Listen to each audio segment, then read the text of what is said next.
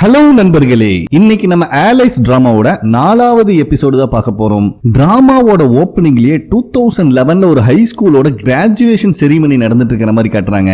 அங்க கிம்ம பாக்கறதுக்காக அவளோட அப்பா அம்மா வந்திருக்காங்க. ஆனா அவ கையில ஒரு ரைஸ் கேக் கிஃப்ட் வாங்கி வச்சிருக்கா. அவங்க அம்மாக்கு தெரிஞ்சிருது இது ஹீரோக்கு தான் வாங்கி வச்சிருக்கான்னு சொல்லிட்டு அவளை ஓட்டு நோட்டுறாங்க. அதே நேரத்தில் நம்ம ஹீரோவை பார்த்தா இப்போதைக்கு அவனுக்குன்னு பார்க்க வரக்கு பேரண்ட்ஸே இல்லையே, அதனால தனிமையா கிளாஸ் ரூம்ல உட்காந்து அவங்க அம்மாவோட போட்டோவை பார்த்து ஃபீல் பண்ணிட்டு இருக்கான். என்ன தம்பி, நான் இருக்கும் போது நீ ஏன் ஃபீல் பண்ற சவுண்ட் கேக்குது? யாருன்னு பார்த்தா இப்ப பிரசன்ட்ல கேப்டனா இருக்கிறவரு. சோ ஹீரோவையும் கொஞ்சம் என்கரேஜ் பண்ணி சாப்பிடறதுக்காக ஒரு ரெஸ்டாரண்ட் கூட்டு போறாரு. எப்பவும் போல ஹீரோக்கு சாப்பாடும் தண்ணி வாங்கி கொடுத்துட்டு, ஐ மீன் பச்சை தண்ணி, இவர் மட்டும் சரக்கடிச்சு உட்கார்ந்திருக்காரு. அப்ப கேப்டனுக்கு அவங்க ஒய்ஃப் கால் பண்றாங்க. ஆனா இவர் அட்டன் பண்ற மாதிரி இல்ல. அவரும் நம்ம ஹீரோ கிட்ட, நான் எத்தனையோ திருடங்களை ரவுடிகளை எல்லாம் பிடிச்சிருக்கேன்ப்பா, ஒரு நாள் கூட கை கால் உதறனது கிடையாது. ஆனா என் ஒய்ஃப் ஒருத்தி கால் பண்ணாலே மொத்தமா ஜர்க் ஆயிடுறேன் அப்படின்னு புலம்பிட்டு இருக்காரு. அப்ப நம்ம ஹீரோ உங்களுக்கு குழந்தைங்களா இல்லையா அப்படிங்கிற மாதிரி கேப்டன் கேட்கிறான். அப்ப கேப்டன் இருந்துட்டு அவருக்கு ஒரு பையன் இருந்திருக்கான், அவனுக்கு ஹார்ட் ப்ராப்ளமும் இருந்திருக்கு அப்படிங்கிற மாதிரி சொல்றாரு. அது மட்டும் இல்லாம தயவு செஞ்சு இப்ப இருக்கிற வீட்டை காலி பண்ணி இல்ல வாடகை கூட்டு நீ எங்க கூடயே வந்துரு அப்படின்னு சொல்லிட்டு அங்கிருந்து கிளம்பி வராரு கேப்டன். அப்ப அந்த ரெஸ்டாரண்ட்ல ஒரு ஆள் கேப்டனையே குறுகுறு நோட் பண்ணிட்டு இருக்கான். வெளியே வந்த கேப்டன் கிட்ட என்னை தெரியுதா அப்படிங்கிற மாதிரி ரெஸ்டாரண்ட்ல நோட் பண்ண வந்து பேசுறான். கேப்டனுக்கு ஃபர்ஸ்ட் அடையாளம் தெரியல. அதுக்கப்புறம் டே பொறுக்கி பையில நீ தான் அவன் அப்படின்னு கேட்கும் போது கத்தி எடுத்து கேப்டனை சொருகிடுறான். மறுபடியும் கேப்டன் கதை முடிக்கலான்னு பார்க்கும்போது ஹீரோ வந்து அவனை அடிச்சு தம்சம் பண்ணிடுறாரு. அதுக்கப்புறம் ஒரு வழியா ட்ரைனிங்ல முடிச்சு நம்மால் போலீஸும் ஆயிருக்காரு. சோ போலீஸ் அகாடமி அவார்ட் ஃபங்க்ஷன்ல நம்மளுக்கு தான் டாப் எக்ஸலன்ஸ் அவார்டு கொடுக்கறாங்க. ஹீரோக்கு பக்கத்துலயே அப்பா அம்மா பொசிஷன்ல கேப்டனும் அவங்க ஒய்ஃபும் தான் நின்னுட்டு இருக்காங்க. சோ அவங்க அம்மா அவனை விட்டு போனதுக்கு அப்புறம் இப்படிதான் நம்ம ஹீரோட லைஃப் மாறி இருக்கு அப்படிங்கறத காட்டிட்டு இப்ப பிரசன்ட்க்கு வராங்க. ஈன்சு அந்த குழந்தையை பாக்குறதுக்கு அவர் வீட்டுக்குள்ள வந்திருப்பாரு நம்ம கேப்டன். அந்த பொண்ணோட உடம்புல தான் ரேஷஸா இருக்கு. இதை பார்த்துட்டு இருக்கும் போதே அந்த பொண்ணோட அம்மாக்காரி கத்தி எடுத்து கேப்டனை சொருகிடுறான். அவர் ஹாஸ்பிட்டலே அட்மிட் பண்ணி சர்ஜரி நடந்துட்டு இருக்கு. அப்ப ஹாஸ்பிட்டலுக்கு வெளியே ஹீரோவும் கிம்மும் உட்காந்து பேசிட்டு இருக்கும் போது ஆல்ரெடி கேப்டனுக்கு இப்படி ஒரு விஷயம் நடந்திருக்கு, இது 2வது டைம் நடக்குது, கண்டிப்பா அவர் பொழைச்சிருவார்னு நம்பிக்கை இருந்தாலும் நான் என்ன ஃபீல் பண்றேன் அப்படிங்கிறது என்னால புரிஞ்சிக்கவே முடியல அப்படின்னு கிம் கிட்ட புலம்பிட்டு இருக்கான். கிம் இவனை சின்ன வயசுல இருந்து பார்த்துட்டு இருக்கறனால இவனுடைய ப்ராப்ளம் அவளுக்கு நல்லாவே தெரியும். ஒன்னும் கவலைப்படாத, கேப்டன் சரியாயிருவாரு, நீ வெயிட் பண்ணி நான் ஃபுட் ஏதாவது வாங்கிட்டு வரேன்னு சொல்லிட்டு அங்கிருந்து கிளம்புறா. அப்ப கரெக்டா ப்ரொஃபசர் காரியும் அங்க வரா. வந்த ப்ரொஃபசர், ஏன்பா உனக்கு எத்தனை டைம் கால் பண்றது, உனக்கு தெரியும் போலீஸ் ஸ்டேஷன் வரைக்கும் நான் போயிட்டு வந்திருக்கேன் அப்படின்னு சொல்லிட்டு இருக்கிறத கிம்மும் அங்க நின்று பார்த்துட்டு தான் இருக்கா. இத்தனை நேரம் கல்லு மாதிரி இருந்தவன் தன் தாய் உருவத்துல அந்த ப்ரொஃபசரை பார்த்த உடனே தார்த்தாரையா கண்ணீர் கொட்டுது. அதுக்கப்புறம் ஹீரோவை தனியா மீட் பண்ணி ப்ரொஃபசர் இருந்துட்டு, இந்த கார்டு நீ நினைக்கிற மாதிரி நார்மலான கார்டு கிடையாது, நம்ம கிட்ட இருக்கிற கரண்ட் டெக்னாலஜி வச்சு இந்த மாதிரி கார்டை உருவாக்குறதுக்கு வாய்ப்பே இல்லை அப்படிங்கிற மாதிரி சொல்லிடுறாங்க. அது மட்டும் இல்லாம உங்க அம்மா ஹவுஸ் ஒய்ஃப்னு சொல்றீங்க, 10 வருஷத்துக்கு முன்னாடி இந்த மாதிரி கார்டு இருந்திருக்குன்னா இதுல வேற ஏதோ விஷயம் இருக்கணும், நான் உங்க அம்மாவோட மற்ற ஏதாவது திங்ஸ் பார்க்க முடியுமா, ஏதாவது க்ளூ கிடைக்கும் அப்படிங்கிற மாதிரி சொல்றா. நம்ம ஹீரோ தான் அவங்க அம்மாவோட திங்ஸ் எல்லாம் கேப்டன் வீட்டுல வச்சிருக்கானே, அதனால ப்ரொஃபசரை கூப்பிட்டு கேப்டன் வீட்டுக்கு தான் வந்திருக்கான். அவங்க அம்மாவோட திங்ஸையும் எடுத்து கொடுக்கறான். பட் அதை செக் பண்ணிட்டே இருக்கும்போது பாசி மாதிரி ஒண்ணு இருக்கு, அதை பிச்சு விட்டுறா நம்ம ப்ரொஃபசர். ஐயோ சாரிப்பா நானே எடுத்து வச்சிரு அப்படின்னு சொல்லிட்டு கொஞ்சம் கொஞ்சமா எடுத்துட்டு இருக்கும்போது இவனுக்கு வேற ப்ரொஃபசரை பார்க்கும்போது அவங்க அம்மா ஞாபகமாவே வந்துட்டு இருக்கு. அதனால தயவு செஞ்சு இதை நிறுத்திக்கலாம், நான் வேற யாருக்கிட்டயோ இதை பத்தி ஹெல்ப் கேட்டுக்கிறேன், இதுக்கு மேல நீங்க தலையிட வேண்டாம் அப்படிங்கிற மாதிரி திங்ஸ் எல்லாம் வாங்கி வச்சிடறான். பின்னாடியே தான் அவங்க அம்மா கூட எடுத்த போட்டோ இருக்கு. இது அந்த ப்ரொஃபசர் கவனிக்கவே இல்ல. சோ தயவு செஞ்சு நீங்க கிளம்புங்க அப்படின்னு சொல்லிட்டு ப்ரொஃபசரையும் அனுப்பி வச்சிடறான் நம்ம ஹீரோ. அவங்களும் நேரம் அவங்க அப்பா அம்மாவோட ரெஸ்டாரண்ட் தான் வராங்க. வந்தவங்க ஹீரோவை பத்தி புலம்பிக்கிட்டே சாப்பிட்டுட்டு இருக்காங்க. நான் அவனுக்காக எவ்வளவு ரிஸ்க் எடுத்து லேப்ல எல்லாம் போய் டெஸ்ட் பண்ணி பாவமாச்சின்னு ஹெல்ப் பண்ணா கடைசியில் என்னையவே வீட்டை விட்டு வெளியே போன்னு சொல்லிட்டு அப்படின்னு புலம்பிட்டு கிடக்குறா.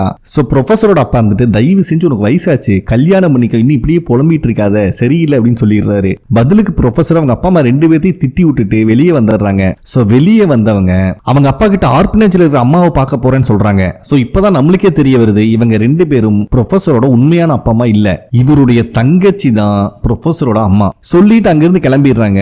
அதே நேரத்தில் நம்ம ஹீரோ ப்ரொஃபசர் பிச்சுட்டு போன அவங்க அம்மாவோட மாலையை ஒரு வழியா கோத்து முடிச்சிடுறாரு. அது எல்லாத்தையும் பழையபடியே பாக்ஸ்ல போட்டு வச்சுட்டு அங்க இருக்கிற டிராயரை ஓபன் பண்ணும்போது ஒரு ஹவுஸ் ஒய்ஃபை கொன்னதுல வாண்டட் இவன் தான் சொல்லி ஒரு ஸ்கெட்ச் வரைஞ்சு வச்சிருக்காங்க. பாக்குறவனுக்கு செம ஷாக் ஆகுது. அங்க சீனும் கட் ஆகுது. அதே நேரத்தில் நம்ம ப்ரொஃபசர் அவங்க அம்மாவை மீட் பண்றதுக்கு ஆர்பனேஜுக்கு தான் வந்திருக்காங்க.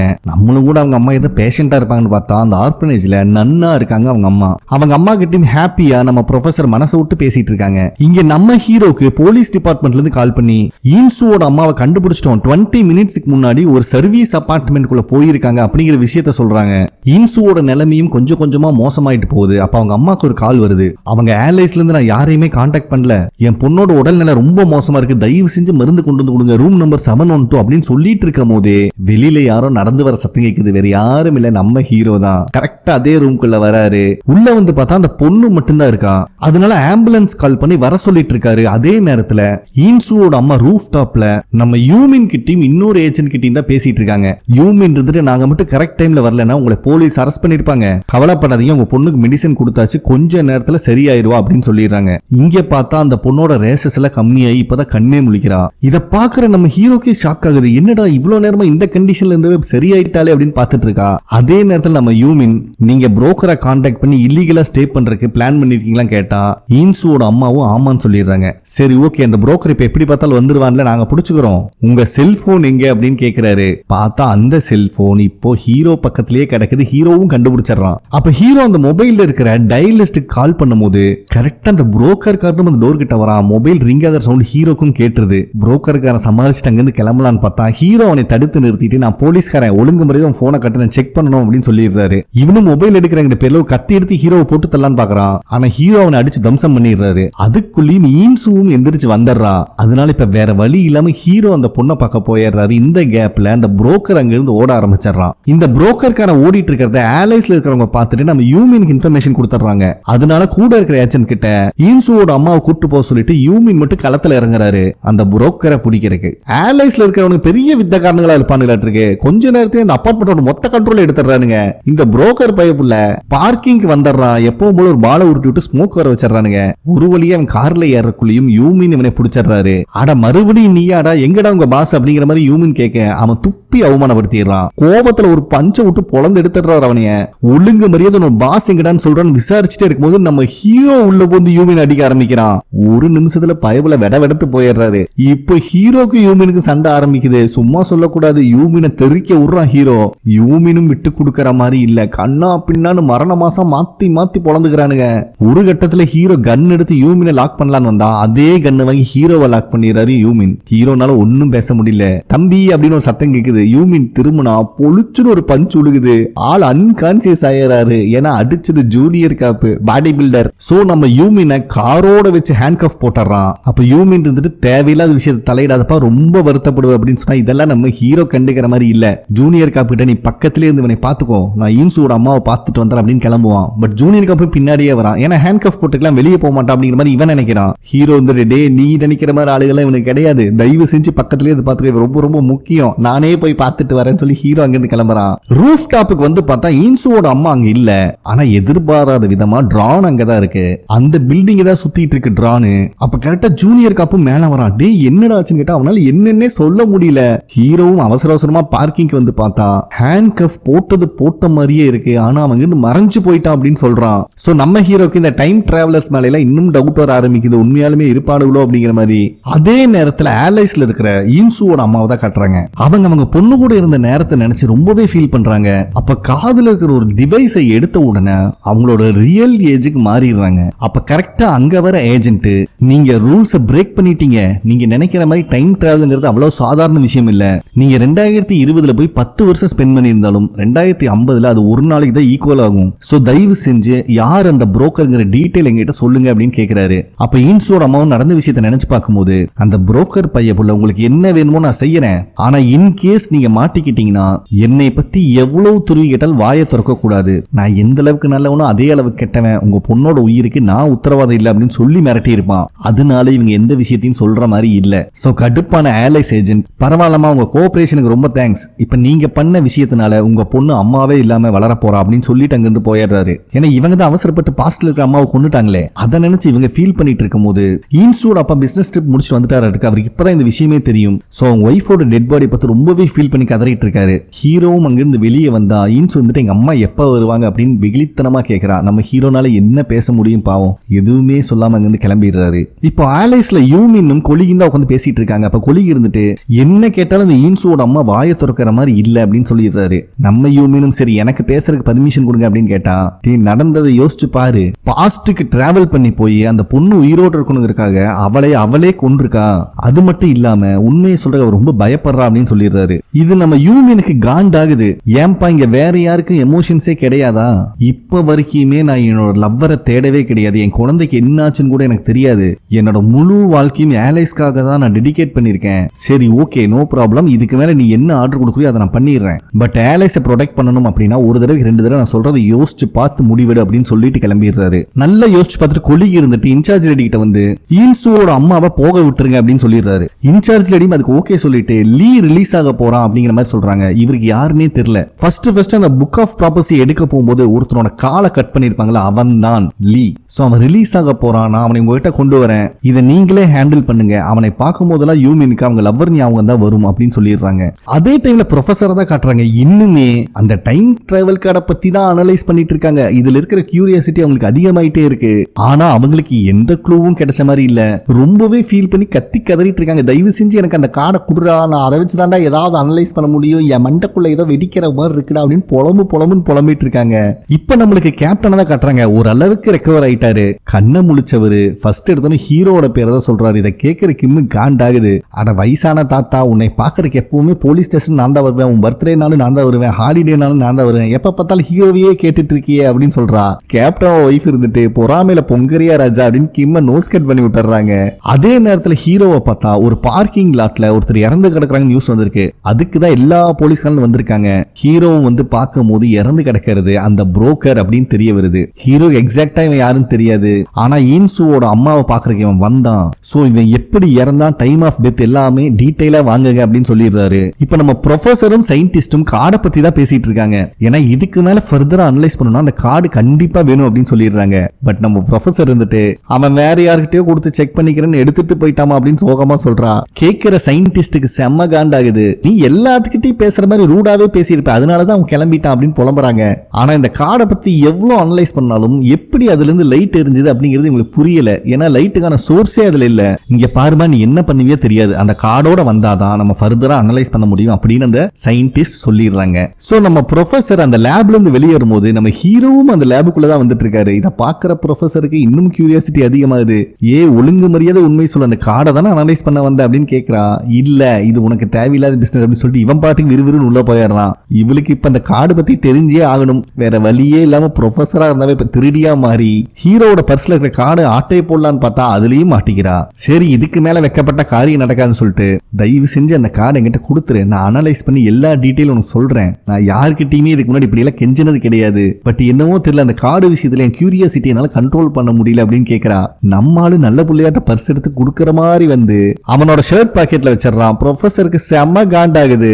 சரி, நீ என்னமா இங்க பண்ணிட்டு இருக்கேன்னு கேட்டா, நான் உன்னை பார்க்க வரல, டைரக்டரை பார்த்து ஹலோ சொல்லலான்னு வந்தேன், உன் வேலையை நீ பாரு அப்படின்னு சொல்லிடுறா. ஏமா, நான் ஏதோ ஹெல்ப் கேட்கும் போது ஒரு வாரத்துக்கு வேலை இருக்கு, பிஸியா இருக்கேன்னு பில்டப் புட்டையே, இப்ப நிஜமாலுமே டைரக்டர் தான் பார்க்க வந்தியா? இங்க இருக்க சயின்டிஸ்ட் எல்லாம் கிட்டத்தட்ட உன்னை மாதிரி தானா அப்படிங்கிற மாதிரி கேட்கிறான். அதெல்லாம் உங்ககிட்ட சொல்லணும்னு அவசியம் கிடையாது, உன் வேலையை நீ பாரு அப்படின்னு சொல்லிடுறா. நம்ம ஹீரோக்கு எமோஷனால என்னன்னு தெரியாது. நிஜமா நீ கிட்ட கோபமாவா பேசுற அப்படிங்கிற மாதிரி கேட்கிறான். அவ இல்லன்னு மூஞ்சி தூக்கி வச்சு சொன்னோன்னே ஓகேமா சரிமான்னு கேஷுவலா சொல்லிடுறான். இதுல ப்ரொஃபஸருக்கு கொலவெறி ஆயிருது. சரி, இவங்கிட்ட சென்டிமெண்டா பேசினாதான் வேலை நடக்கும் சொல்லிட்டு, நீ அந்த கார்டு எங்கிட்ட கொடுத்தீங்கன்னா நான் அனலைஸ் பண்ணி நிறைய டீடைல் தருவேன், நீ உங்க அம்மா பத்தி இன்னும் நிறைய விஷயம் தெரிஞ்சுக்க முடியும் அப்படின்னு பேசி பாக்குறா. ஆனா இவங்கிட்ட எந்த பதிலும் இல்ல.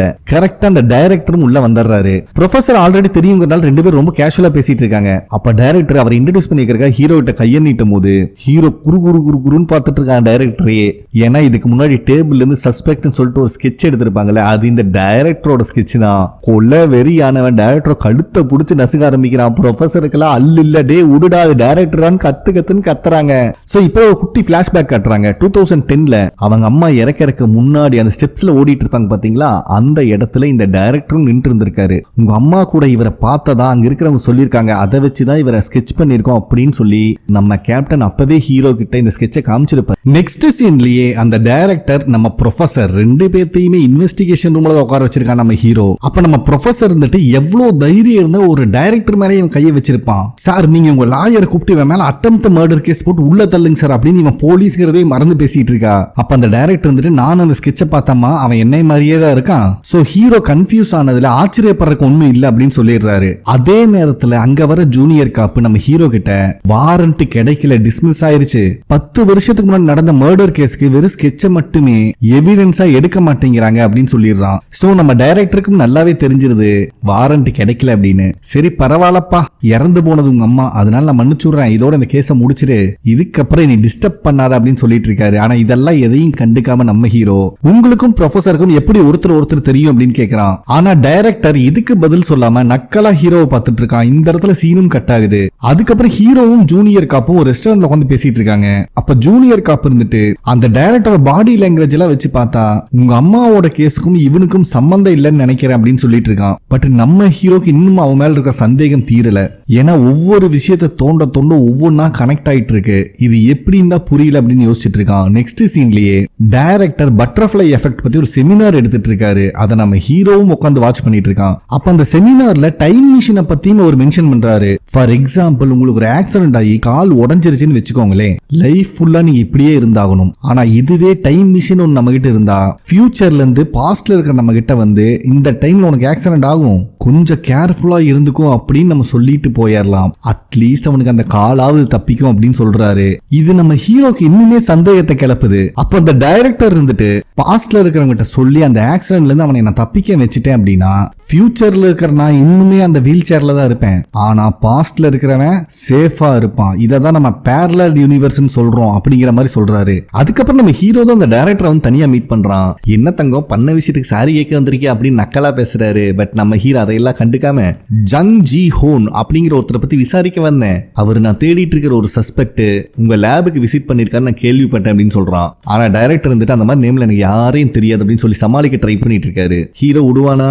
சாரிங்க டைரக்டர், அந்த சஸ்பெக்ட் ஆல்ரெடி இறந்துட்டாரு, சோ நீங்க கொஞ்சம் நல்லா செக் பண்ணி சொல்லுங்க அப்படின்னு சொன்னோன்னே டைரக்டரும் ஒரு ஆபீஸ் கால் பண்ணி வெரிஃபை பண்றாரு. பட் அந்த மாதிரி யாருமே இங்க இல்ல அப்படின்னு சொல்லிடுறாரு. இருந்தாலும் ஹீரோ கிளம்புறதுக்கு முன்னாடி டைரக்டர் கிட்ட டைம் டிராவல் பத்தி என்ன நினைக்கிறீங்க அப்படின்னு கேக்குறான். டைரக்டரோட ஃபேஸே மாறுது. நார்மல் ஹியூமன்னால இதை ஏத்துக்க முடியுமான்னு எனக்கு தெரியல, பட் டைம் டிராவல் ஒன்னு இருக்கிறது பாசிபிள் தான் அப்படின்னு சொல்லிடுறாரு. அடுத்த சீன்லயே நம்ம ஹீரோ ப்ரொஃபசரை மீட் பண்ணி டைரக்டர் இதுக்கு முன்னாடி உங்ககிட்ட உங்களை பாக்கறதுக்கு யாராவது ரிசம்பலன்ஸ்ல இருக்கீங்களா, இல்ல உங்களை மாதிரியே இதுக்கு முன்னாடி யாராவது இருந்திருக்காங்க அந்த மாதிரி சொல்லியிருக்காரான்னு கேக்குறான். பட் அந்த மாதிரி எந்த விஷயம் நடக்கல அப்படின்னு ப்ரொஃபசர் சொல்லிடுறாங்க. சரி, இருந்தாலும் கொஞ்ச நாளைக்கு டைரக்டர் கிட்ட இருந்து ஒதுங்கிருங்க அப்படின்னு சொல்லிடுறான். ஃபர்ஸ்ட் ப்ரொஃபசர்னால இது ஏத்துக்க முடியல, இருந்தாலும் நீ அந்த கார்டு என்கிட்ட கொடுத்தீங்கன்னா நான் கண்டிப்பா ஒதுங்கி இருக்கேன் அப்படின்னு சொன்னோன்னே இவன் பாட்டுக்கு கிளம்பி வந்துடுறான் கொடுக்காம. அவன் நம்ம ப்ரொஃபசர் கெஞ்சிக்கிட்டே வராங்க, தயவு செஞ்சு அந்த கார்டை கொடு, இல்ல விக்கிறேன்னா சொல்ல ஒரு அமௌண்ட் கொடுத்து நான் வாங்கிக்கிறேன், கடைசியா வாடகைக்காவது குடுறா அப்படின்னு கெஞ்சிக்கிட்டே போலீஸ் ஸ்டேஷனுக்குள்ளேயே வந்துடுறாங்க. இவங்க கெஞ்சிக்கிட்டு வரதை எல்லாரும் பாத்துக்கிட்டே இருக்காங்க ஸ்டேஷன்ல. அங்கதான் கிம்மும் இருக்கா. சோ ப்ரொஃபசரை பாக்குற கிம்மு காண்டாகுது. நேரா ஹீரோ கிட்ட வந்து இந்த பொம்பளை இங்க என்ன பண்ணிட்டு இருக்கு அப்படின்னு கேட்டோன்னு ப்ரொஃபசர் கோவம் வந்துருது. ஏமா நான் ஒரு ப்ரொஃபசர்மா, கொஞ்சமா மரியாதை கொடுத்து பேசுமான்னா அவ கண்டுக்கிற மாதிரி இல்ல. எப்பவும் போல லேடிஸ் ஃபைட் ஸ்டார்ட் ஆகுது. இவங்க ரெண்டு பேரும் மாத்தி மாத்தி கடிச்சுக்கிறத போலீஸ் ஸ்டேஷன்ல அத்தனை பேர் வாய பொழந்து பார்த்துட்டு இருக்கானுங்க. கடுப்பான கிம்மு ஒழுங்கு மரியாதை கூட சாப்பிடவா, எனக்கு பசிக்குதுன்னு சொல்லிட்டு ஹீரோ ஒரு சைடு இழுத்துட்டு இருக்கா.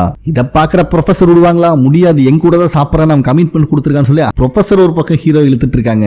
ரெண்டு பேரும் மாறி மாறி ஹீரோ இழுக்கும் போது ஹீரோக்கே காண்டாகுது.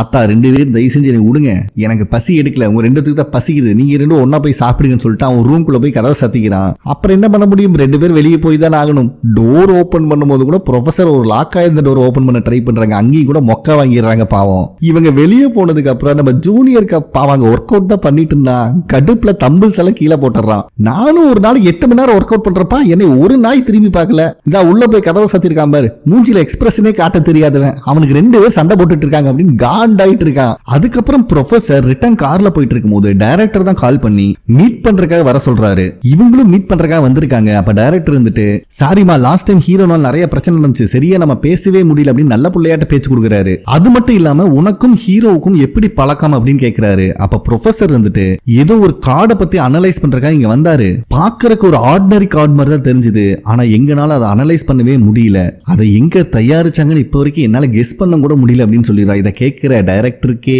ஆச்சரியமா இருக்கு. சரி, அந்த கார்டை நான் பார்க்க முடியுமா அப்படிங்கிற மாதிரி கேட்கிறாரு. சாரிங்க டைரக்டர், அது ஹீரோவே திருப்பி எடுத்துட்டு போயிட்டான் அப்படின்னு சொல்லிடுறான். அதே நேரத்தில் நம்ம ஹீரோ அந்த கார்டை வச்சுதான் ரொம்ப திங்க் பண்ணிட்டு இருக்கான். பட் ஒரு யோசனையும் வந்த மாதிரி இல்ல. கரெக்டா ப்ரொஃபசரும் கால் பண்றாங்க. தயவு செஞ்சு அந்த கார்டை கொடு, நான் அனலைஸ் பண்ணி கண்டிப்பா உனக்கு அதுல என்னென்ன இருக்குன்னு கண்டுபிடிச்சு சொல்றேன் அப்படின்னு கேட்டா ஹீரோ வந்துட்டு இதுக்கு மேல இந்த விஷயத்துல நீங்க தலையிட வேண்டாம் அப்படின்னு சொல்லிடுறான். நம்ம ப்ரொஃபசர் காண்டாகுது. டே, அந்த கார்டை நான் பார்க்கலனாலும் கூட பரவாயில்ல, நான் பார்த்து தொலைச்சிட்டேன், சோ அதை பத்தி முழுசான டீடைல் தெரியற வரைக்கும் தூக்கம் வராதுடா அப்படின்னு புலம்பிட்டு இருக்கும் போது வெளியே போயிட்டு இருக்கிற டைரக்டர் எதையோ பார்த்து வில்லத்தனமா சிரிச்சிட்டு இருக்காரு. அதே நேரத்தில் ப்ரொஃபசருக்கும் வெளியே ஏதோ ஃபீல் ஆகுது. விண்டோ வெளியில பார்த்தா அந்த ட்ரான் அங்க நிக்குது. இத ஹீரோ கிட்ட வேற சொல்றாங்க. அவனுக்கு தூக்கி வாரி போடுது. தயவு செஞ்சு வெளியே எங்கேயும் போயிடாதீங்க, நான் வந்துகிட்டே இருக்கேன், போனை கட் பண்ணிடாதீங்க, கேம்பஸ்குள்ளேயே இருங்க சொல்லிக்கிட்டே வண்டி ஓட்டிட்டு வரான். கிட்டத்தட்ட யூனிவர்சிட்டி கிட்ட வந்துடுறான். பட் ஹீரோவோட காரை ஒரு ட்ரக் அடிச்சு தூக்கிட்டு அது பாட்டு நிக்காம போயிருது. அங்க இருக்கிற செக்யூரிட்டிஸ்ல இருந்து எல்லாருமே ஓடி வராங்க யாருக்கு அடிபட்டுச்சுன்னு பாக்குறதுக்காக. வந்து பார்த்தா காருக்குள்ள யாரையுமே காணோம். அதே நேரத்துல ப்ரொஃபசர் அந்த புக் ஆஃப் ப்ராபசி அதை தான் கையில வச்சு படிச்சிட்டு இருக்காரு. இது எப்படி இவரு கை கிடைச்சதுன்னு நம்மளுக்கு காட்டல. இப்பதான் நம்ம ஹீரோ கண்ணையே முழிக்கிறான். பார்த்தா இது இயர் 2010. 10 வருஷம் டைம் டிராவல் பண்ணி வந்திருக்கான் நம்ம ஹீரோ. பட் இது எதுவுமே அவனுக்கு தெரியல. என்னடா அடிச்சு ட்ரக்கையும் காணோம், நம்ம வந்த காரையும் காணோம்னு யோசிச்சுட்டு இருக்கான். அதே நேரத்துல யூனிவர்சிட்டிக்குள்ள ஸ்டூடெண்ட்ஸ் எல்லாம் நடந்து போயிட்டு இருக்கிற மாதிரி காட்டுறாங்க. இப்ப ப்ரொஃபசர் படிச்சிட்டு இருக்கிறது பேக்ரவுண்ட் வாய்ஸ்ல ஓடிட்டு இருக்கு. திருப்பியும் மகன் அம்மா கூட சேர போறான். ஆனா இந்த தடவை டைமோட கண்ட்ரோலையே மகன் எடுத்திருக்கான் அப்படின்னு படிக்கிறாரு. அப்போ ஒரு ஸ்டூடெண்டோட நோட் கீழே விழுந்துருது. அதை வந்து எடுக்கிறவங்க ஃபேஸ பார்க்கற நம்மளுக்கே ஆச்சரியமா இருக்கு. ஏன்னா எடுக்கிறதே அந்த ப்ரொஃபசர் தான். ஆனா 10 வருஷத்துக்கு பின்னாடி இப்ப அதே யூனிவர்சிட்டியில ஸ்டூடெண்டா இருக்காங்க. இதே யூனிவர்சிட்டிக்கு வெளியே நின்று இருக்கிற ஹீரோ ப்ரொஃபசருக்கு என்னாச்சு அப்படின்னு யோசிச்சுட்டு இருக்கான். இந்த இடத்துல இந்த எபிசோடையும் மரணபங்கமா கம்ப்ளீட் பண்றானுங்க. ஓகே ஃப்ரெண்ட்ஸ், கண்டிப்பா உங்களுக்கு பிடிச்சிருக்கு நம்புறேன். நெக்ஸ்ட் எபிசோட்ல மீட் பண்ணலாம். நன்றி.